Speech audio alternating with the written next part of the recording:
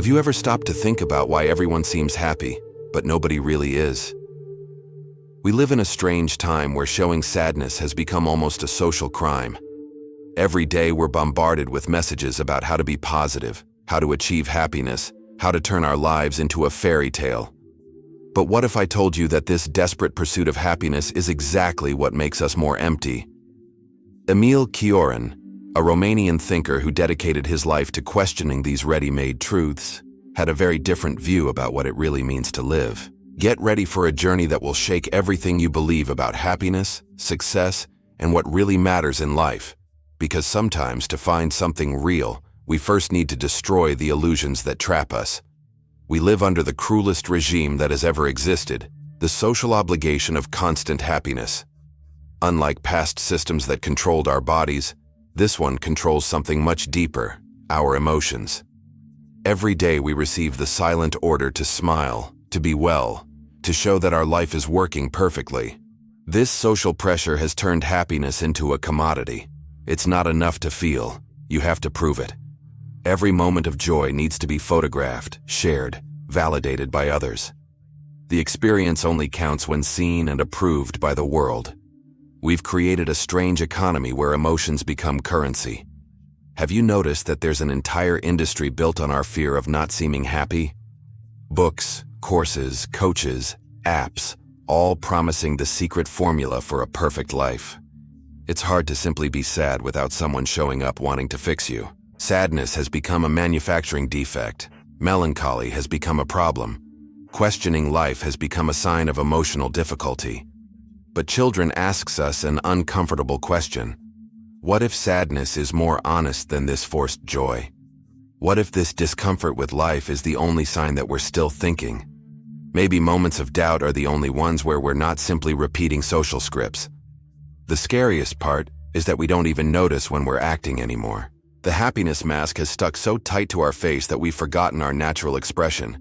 We spend so much time pretending to be okay that we've lost touch with what we really feel. We've developed emotional amnesia. We've forgotten that bad feelings are also part of a complete life. Do we still know the difference between living and acting? The modern world has created a new religion, and its god is called positivity. This deity demands daily sacrifices. Every bad experience must be reinterpreted as learning.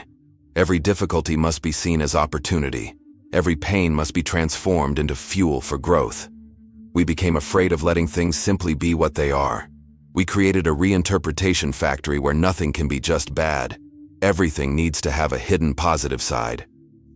Cioran saw this obsession with optimism as a form of intellectual cowardice. For him, excessive hope prevents us from seeing reality. When we paint everything in pink, we lose the ability to see the true colors of existence. It's walking through life wearing filters that artificially beautify everything. Everything becomes pretty, but nothing becomes real. Forced optimism becomes an addictive drug. We need increasingly larger doses of positivity to handle reality. The problem with toxic positivity isn't just individual, it's social. We've created a culture where admitting difficulties is seen as weakness, where questioning the meaning of life is interpreted as negativity. Any deeper thought about the human condition is quickly silenced with ready-made phrases about positive energy and thoughts that attract good things. But real life doesn't work that way. Real life has cloudy days, has meaningless moments, has questions without answers.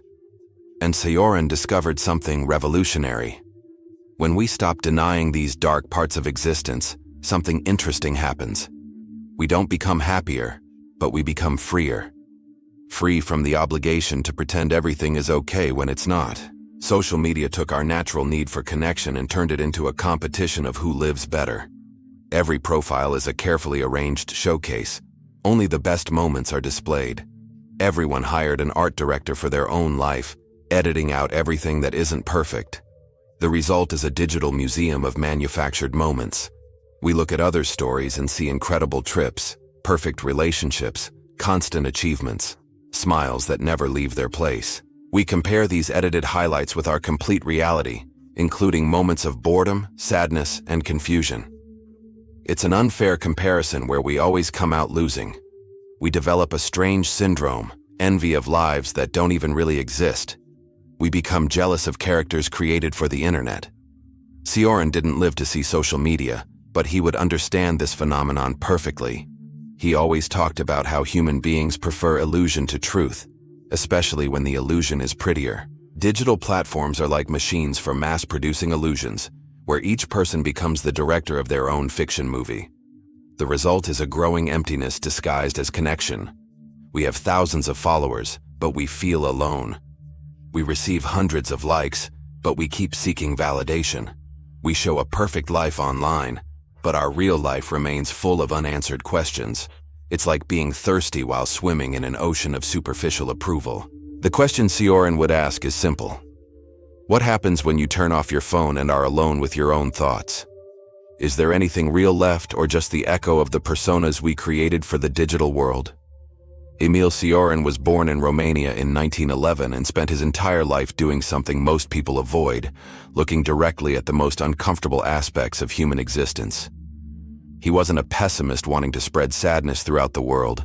He was someone brave enough to dispense with the consoling lies that society offers, an archaeologist of human emotions who excavated truths we prefer to bury. For Cioran, happiness was a dangerous illusion when transformed into a life goal. Constantly seeking happiness makes us slaves to something we can't control. It's trying to catch clouds with our hands. The more you try, the more frustrated you become. Instead, he proposed something radical. What if we simply stopped searching? What if the search itself was the problem? This wasn't a proposal to give up on life, but to give up unrealistic expectations about it. Cioran discovered something revolutionary. When you stop demanding that life have absolute meaning, it becomes more bearable. When you stop expecting constant happiness, genuine moments of joy become more precious. Life stops being a test you need to pass and becomes an experience you can simply live. The French philosopher, he moved to Paris young, developed a unique form of lucidity. He looked at the absurdity of the human condition. Our search for meaning in a universe that seems indifferent to us, and instead of despair found a strange peace. It was as if he had made peace with the lack of definitive answers. Cioran teaches us that there's courage in recognizing that life doesn't come with an instruction manual, that there's no magic formula for happiness, that maybe our desperate search for meaning is exactly what prevents us from finding genuine moments of tranquility. Modern culture treats emotional difficulties like a virus that needs to be eliminated quickly. Any sign of sadness is bombarded with solutions, therapies, medications, self-help techniques. We declared war against a fundamental part of human experience. We created an emotional pharmaceutical culture where every discomfort needs to be medicated, every emptiness needs to be filled, every unanswered question needs to be silenced. Cioran had a different perspective.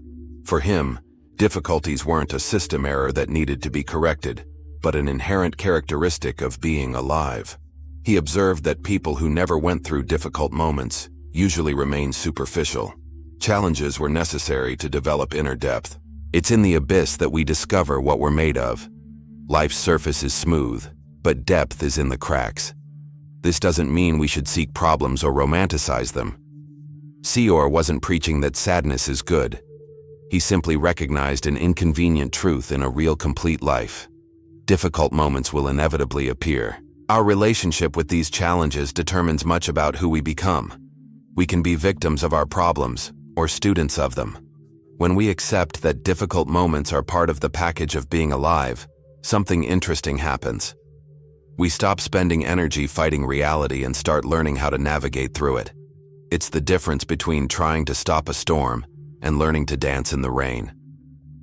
Cioran noticed that people who had made peace with their own challenges developed a particular form of wisdom. They stopped being afraid of sadness, stopped running from melancholy, stopped treating every problem as an emergency. They discovered that it's possible to face difficulties without being destroyed by them. Maybe Cioran's greatest insight on this topic is simple. When you stop being afraid of difficult moments, they lose much of their power over you. They don't disappear, but they become just another part of human experience. Neither more nor less important than joy. There's a huge difference between the loud happiness our culture promotes and a more subtle form of contentment that Cioran discovered. The first needs an audience, validation, constant proof. The second happens in silence away from spotlights, without needing to be explained or shared. Cioran spoke of moments where life simply makes sense without specific reason. It's not euphoria, not conquest, not dream realization. It's just a strange quietude where you feel at peace with the fact of existing. Even knowing that existence is fundamentally absurd. It's discovering that you can be well in the middle of chaos without needing to solve the chaos first. These moments don't arrive when we seek happiness. They appear when we stop seeking. Life has its own sense of humor. It gives us what we need exactly when we stop demanding what we want. It's a joy that doesn't depend on external circumstances. It's born from acceptance of circumstances. It's like discovering that you can be content even when things aren't perfect. Modern culture taught us that joy needs to be celebrated, photographed, shared. But this silent joy of Cioran's is almost invisible. It happens when you're walking alone and suddenly realize you're well, even without special reason. When you look at the sky and feel inexplicable gratitude for being alive, even knowing that life is difficult. It's an orphan emotion. It has no identifiable origin, but it's absolutely real. This form of peace doesn't come from constant pleasure, but from stopping demanding that life owes us something. When you stop expecting the universe to justify your existence, something loosens inside. You stop carrying the weight of having to find a great purpose and can simply be. It's a silent revolution, discovering that you can be well without being happy all the time. That you can find meaning without needing great explanations. That you can live a good life even when it doesn't make complete sense. Our society has a terror of solitude. At every free moment, we run to fill it with distractions, social media, series, music, anything that prevents us from being alone with our own thoughts. We're afraid to discover who we really are when nobody is watching. We've developed an allergy to silence, a phobia of introspection. Cioran saw solitude not as punishment, but as opportunity for him. Only in silence can we hear our own voice beneath all the social noise. When we're constantly connected, absorbing opinions and expectations from others, we lose touch with our own genuine feelings. Solitude is the laboratory where we discover who we are when nobody is defining us. The solitude Cioran defended isn't bitter isolation or escape from the world. It's a sacred space where we can finally stop acting. When there's no audience, we don't need to maintain any persona. We can put masks aside and simply exist without needing to impress anyone. It's the only place where you can be honest with yourself without social consequences. In this silence, interesting things begin to emerge. You realize which desires are really yours and which were planted by society. You discover what you really like, not what you should like. You find your own opinions, not echoes of opinions you heard around. It's personal archaeology, where you excavate your own personality. Cioran discovered that solitude is also where we develop tolerance for ourselves. When you're alone with your defects, your contradictions, your less brilliant parts, you can make a choice. Hate yourself for not being perfect or learn to live with your own humanity. The clarity that comes from solitude isn't always comfortable. Sometimes you realize you've been living a life that isn't yours, following goals that don't belong to you. But this uncomfortable clarity is infinitely more valuable than the comfortable confusion of never really being alone with yourself. We spend so much time learning to be what others expect that we forget who we were before we started acting. Each social environment demands a different version of us. One for family, another for work, another for friends. In the end, we have so many personas that we lose sight of whether there's still someone underneath all of them. We become professional actors of our own life, but we forget what the original script is.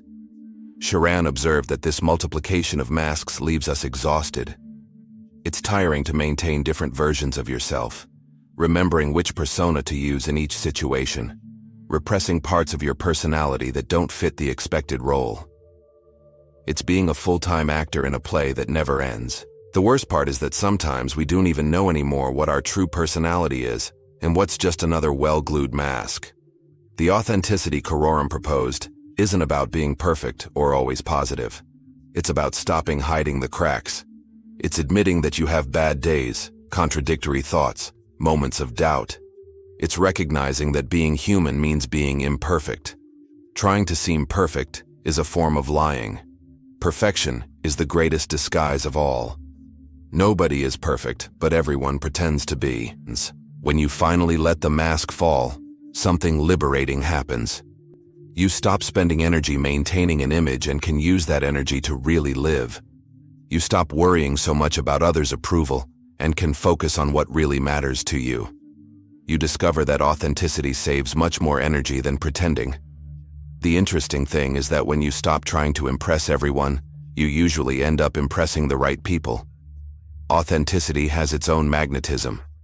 Genuine people attract other genuine people. It's as if by stopping pretending, you give permission for others to also stop pretending. Cioran understood that assuming your own weaknesses isn't a sign of defeat. It's a sign of courage. Anyone can pretend to be strong. Only the brave can admit when they're vulnerable. And in this assumed vulnerability, we find a different strength. Not the strength of appearance, but the strength of truth. After exploring so many aspects of modern false happiness, we need to take inventory of the main traps that keep us stuck in a life that isn't ours. The first great illusion is believing that we need constant approval from others to validate our existence. We spend so much time seeking likes, praise, and recognition that we forget to ask ourselves if we're living according to our own values. We develop an emotional dependence on others that leaves us vulnerable and empty. The second trap is the cult of material success. Our culture convinced us that happiness can be bought, that external achievements can fill internal voids. But Cioran observed that people who have everything are often the emptiest inside. They won the game but forgot why they were playing. External success can be a sophisticated form of internal failure. The third illusion is excessive hope. The belief that the future will necessarily be better than the present. This mentality prevents us from finding value in the current moment. We always live hoping that real life will begin when we get that job, when we find the right person, when we reach that goal. But real life is what's happening now today.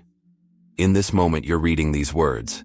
The fourth trap is the systematic denial of difficult moments. We try to avoid any emotional discomfort. We treat sadness as if it were contagious. By running from pain, we also run from depth. People who never allowed themselves to genuinely face difficulties often remain emotionally shallow. It's impossible to know light without recognizing darkness. The fifth illusion is perhaps the most subtle. Believing that life needs to have absolute meaning, a definitive explanation, a grandiose purpose. This desperate search for meaning prevents us from finding small daily meanings. It's like looking for the ocean while we're thirsty, ignoring the small streams around us.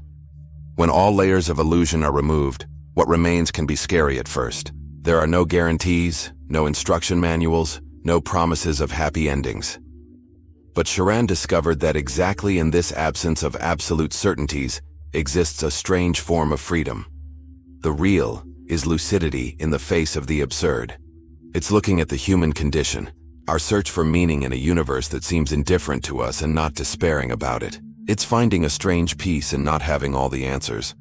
It's like making peace with the mystery of being alive without needing to solve this mystery. The real is the courage to exist without great justifications. We don't need a cosmic mission to validate our presence in the world. We can simply be here, observe, feel, experience without needing to turn everything into a great heroic narrative. Sometimes just existing is enough. The real are genuine moments of connection with yourself, with other people, with the world. These moments don't arrive when we plan them. They appear when we stop forcing and allow life to simply happen. It's a true conversation with a friend, a sunset that catches you off guard, a book that speaks directly to your soul. The real is accepting that we are contradictory beings. We can feel joy and sadness on the same day. We can love someone and be irritated with that person. We can be certain of something today and doubt tomorrow. This contradiction isn't a defect, it's a characteristic. Human beings are complex, and trying to simplify this complexity is a form of violence against our own nature. Finally, the real is discovering that when you stop demanding that life be different from what it is, it becomes more bearable. Not necessarily easier, but more honest. And in this brutal honesty, Cioran found something our culture lost: the ability to be at peace even when peace isn't guaranteed. Cioran left us an uncomfortable gift, the courage to question everything our society considers sacred about happiness and success. He showed us that maybe we're looking in the wrong place, chasing things that can't be captured, building our life on foundations that don't exist. The true revolution isn't finding perfect happiness, but making peace with life's imperfection. It's discovering that we can live well, even without definitive answers, even without guarantees, even without a clear script. Because in the end, real life happens exactly in this uncertainty. And maybe that's where it becomes most interesting.